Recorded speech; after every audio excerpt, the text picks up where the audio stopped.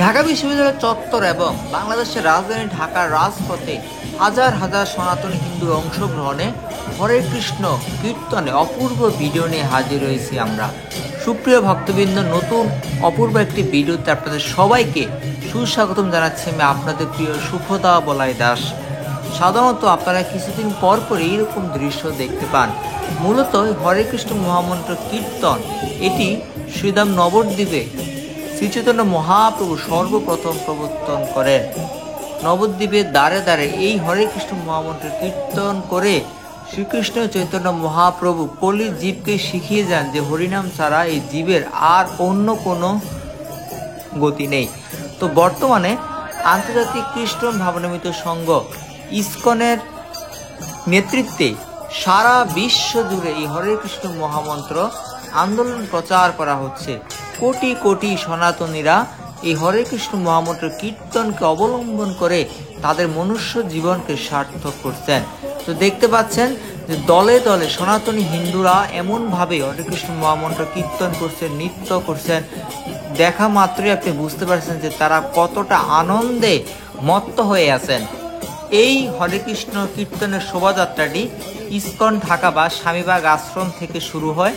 স্বামীবাগ আশ্রম থেকে শুরু হয়ে রমনা কালী মন্দিরে এসে কিছুক্ষণ বিশ্রাম নিয়ে মহাপ্রসাদ আস্বাদন করে পুনরায় রমনা কালী মন্দির থেকে ঢাকা বিশ্ববিদ্যালয়ের জগন্নাথ হলের উদ্দেশ্যে কীর্তন শোভাযাত্রাটি যাত্রা আরম্ভ করে।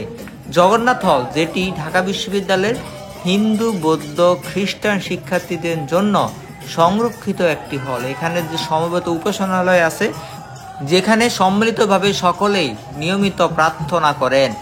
এই জগন্নাথ হলে রয়েছে শ্রীচৈতন্য মহাপ্রভুর অপূর্ব ভাস্কর্য। তো এই হরে কৃষ্ণ শোভাযাত্রাটি ইতিমধ্যে জগন্নাথ হলের খুব নিকটে অবস্থান করছে।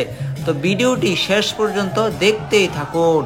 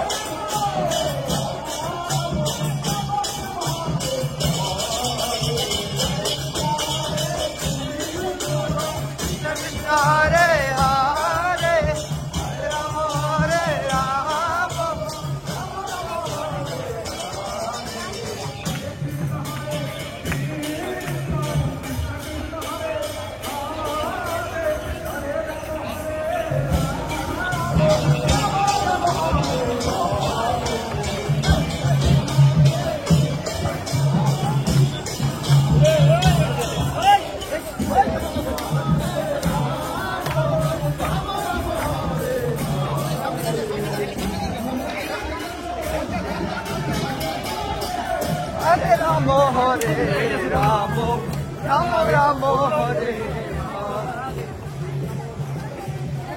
ল্যান্ডস্কেপ করে না করবেন।